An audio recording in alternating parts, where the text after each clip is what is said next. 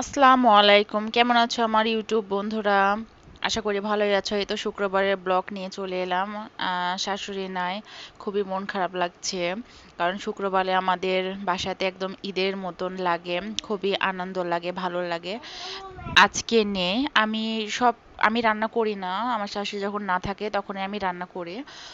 আমাকে রান্না করতে দেয় না, আমি কোটা বাচ্চা সব কিছু রেডি করে দিই, আমার শাশুড়ি রান্না বান্না করে। এই তো আজ খাসির মাংস কষা কষা করে রান্না করবো, একদম ঝাল ঝাল করে।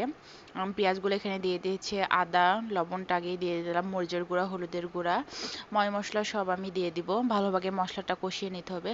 আসলে আমাদের যে কোনো জিনিস কাছে থাকলে আমরা গুরুত্ব দিই না, কিন্তু দূরে চলে গেলেই আমরা মর্মতার বুঝি। আমার শাশুড়ি কয়েকদিনের জন্য ঢাকাতে গিয়েছে। বিশ্বাস করো খুবই খারাপ লাগছে। আর আমার শাশুড়ির সাথে সম্পর্ক অতটা খারাপ না। আমাদের সম্পর্কটা অনেক ভালো, আলহামদুলিল্লাহ। কারণ আমি বুঝি, কারণ মা শাশুড়ি প্রায় একই। আমি তার সাথে সবকিছু শেয়ার করার চেষ্টা করি, উনিও আমার সাথে সবকিছু শেয়ার করে। আর আমি প্রথমত আমার মাকে হারিয়েছি, আমি বুঝি যে মা না থাকলে মায়ের কষ্ট, মাকে হারানো কতটা খারাপ। মানে যে যার হারায় সেই বুঝে। আর এইদিকে আমি প্রেসারে পুঁইশাক দিয়ে ডাল রান্না করব। একটা করলে তো হবে না, কারণ আমার শ্বশুর খাবে। আম, মানে নিরামিষ আমাদের থাকাই লাগবে যে কোনো একটা। তাই আমি শর্টকাটে প্রেসারে দিয়ে দিলাম, প্রেসারেই রান্না করি, তাহলে তাড়াতাড়ি হয়ে যায়। আর আমার বাচ্চা আছে, তো আমি সব ময় মশলা একে একে দিয়ে দিচ্ছি। আর আমার ভিডিওটা কে কোথা থেকে দেখছো কমেন্ট করে জানিও। আর আমার পেজটা ভালো লাগলে একটা সাবস্ক্রাইব, লাইক দিয়ে রাখো, নিত্য নতুন দিন ব্লগ দেখতে পাবা। আর ভালো লাগলে কমেন্ট করো। এটাই। এই তো আজকে শুক্রবার, রান্না বান্না চাপিয়ে আমি দুই চুলাতে চাপিয়ে দিয়েছি। এদিকে আবার মশলা শেষের দিকে, তাই রসুন কুচি কুচি করে কেটে নিয়েছি। তাহলে কুচি কুচি করে এভাবে কেটে সুন্দরভাবে দুই তিন ধোয়া দিয়ে ডিপ ফ্রিজে রাখলে আবার যখন মশলা করবে যেই দিন, সেই দিন আবার ভালোভাবে ধুয়ে দিলে একদম পরিষ্কার হয়ে যাবে, কোনো ঝামেলা হবে না। এদিকে গরুর মাংস রান্না, সরি, খাসির মাংস রান্না কষানো হয়ে গেছে। আমি 6টা রসুন দিয়ে দিয়েছি, 6টা না 5টা মনে নাই। আহ, এখন রসুন, মানে মাংসর সাথে রসুন আমি আগে খেতাম না, আমার এক ভাবি খাওয়া শিখিয়েছে। সত্যি মাংসের গোটা গোটা রসুন দিলে খুবই মজা লাগে। আর এইদিকে আমি পুঁই শাক তেলে দিব। তোমরা পুঁই শাক ডাল দিয়ে কিভাবে রান্না করো কমেন্ট করে জানিও। আমি তো এইভাবে রান্না করছি, কারণ আমার শাশুড়ির থেকে আমি শিখেছি। সিদ্ধ করে এই তো পেঁয়াজ, তেল, একটু পেঁয়াজটা লাল লাল হলে আমি ডালটা দিয়ে দেব। একটু ভালোভাবে নেড়ে আমি প্রেসারটা ভালোভাবে ধুয়ে পরিমাণ মতো পানি দিব।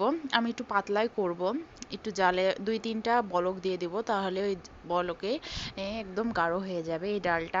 আমি কিন্তু এই ডালটাকে খেতাম না, এখন খাচ্ছি, মানে সবই খাচ্ছি, আগে অনেক কিছুই খেতাম না। এই তো ঝাল লবণ চেক করে দেখছিলাম, পারফেক্টলি হয়েছে। এই তো ডালের কালারটা খুবই সুন্দর লাগছে, আর খেতেও ভালো লাগছে। আর এই তো এখন আমি সসপ্যানে বেড়ে নেব। আমার লাইফস্টাইলের আমার যতটুক যা আছে আমি অতটুকুই দেখাবো, আহামরি কিছু নাই যে আহামরি আমার ভালোভাবে দেখাতে হবে। এই দেখুন আমি মাংসটা প্রেসারে দিয়ে দিচ্ছি। আসলে ভিডিও করা, সংসার সামলানো, বাচ্চা সামলানো অনেক প্যারা, অনেক কষ্টকর। চলো এখান থেকে সাফল্য হয় ইনশাল্লাহ, হবে কি হবে না জানি না, কিন্তু চেষ্টা করছি। চেষ্টা করলে খুবই আলহামদুলিল্লাহ আমার জীবনের কষ্ট সার্থক হবে, সবার পাশে দাঁড়াতে পারবো। আর এদিকে আমি প্রেসারে মাংসটা দিয়ে দিলাম, জিরার গুঁড়া দিয়ে দিলাম, পরিমাণ মতো পানি দিয়ে দিলাম। দিয়ে এখন আমি প্রেসারের ঢাকনাটা লাগিয়ে দেব। কারণ প্রেসারের মাংস আমার ছাড়া আমার শ্বশুর খাইতে পারে না, কারণ বয়স হয়ে যাচ্ছে তো।